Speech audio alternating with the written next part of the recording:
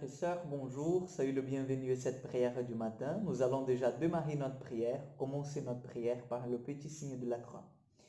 Au nom du Père, du Fils et du Saint-Esprit, Amen. Remettons nos vies, nos vocations et aussi tous les projets que nous avons dans nos cœurs à l'intercession de la Vierge Marie. Je vous salue Marie, pleine de grâce. Le Seigneur est avec vous, vous êtes bénie entre toutes les femmes, et Jésus, le fruit de vos entrailles, est béni.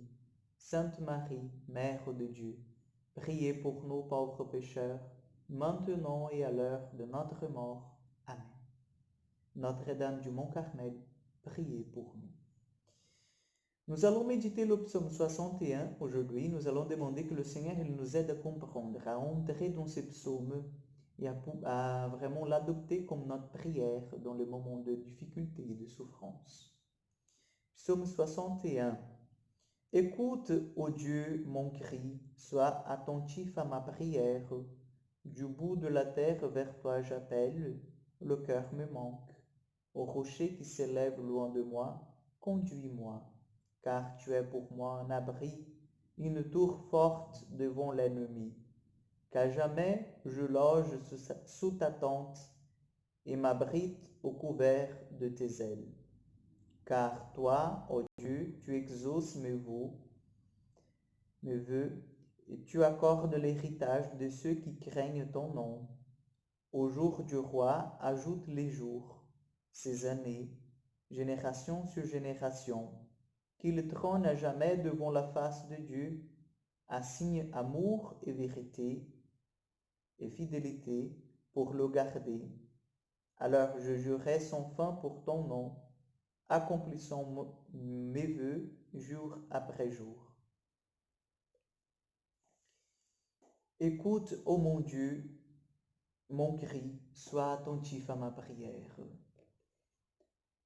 Par ces psaumes, nous avons en fait le cri de l'âme qui demande au Seigneur, qui vienne l'aider dans les moments de difficulté, qui vienne vraiment présenter sa force, son soutien dans les moments les plus difficiles. Le psaume 61 nous aide vraiment à remettre tout dans les mains du Seigneur. Le psaume 61 nous aide vraiment à tout confier au Seigneur et à commencer notre bataille, notre lutte, si on peut dire quotidienne, en comptant toujours sur les forces de Dieu et pas les nôtres. Le psaume 61, c'est vraiment en fait un psaume de l'espérance. Ce n'est pas un psaume du désespoir, mais c'est un psaume de l'espérance. Même si l'âme, elle traverse par des épreuves, elle peut prier ce psaume en demandant, Seigneur, c'est toi mon espérance. C'est en toi que je mis ma confiance et je suis sûr que je ne serai pas abandonné.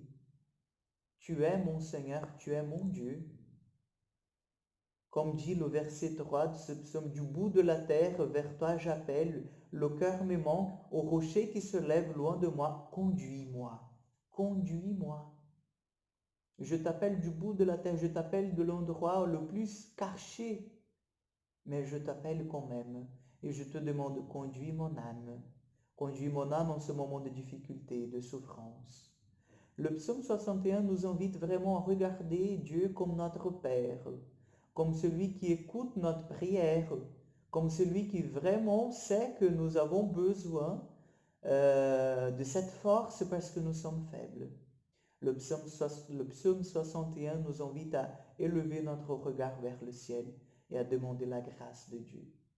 Oui, c'est pour cela qu'il est le psaume de l'espérance, parce que nous sommes invités toujours à regarder le Seigneur et à n'espérer que de lui la force, à n'espérer que de lui la parole, la réponse dans laquelle nous avons besoin.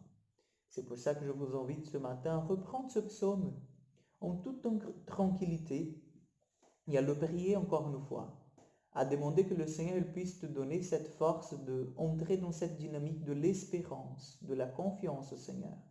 Et là, je suis sûr que ça va changer ta vie. Le Seigneur soit avec vous. Que Dieu Tout-Puissant vous bénisse, le Père, le Fils et le Saint-Esprit. Amen. Que Dieu vous bénisse davantage et je vous souhaite une excellente journée et à demain.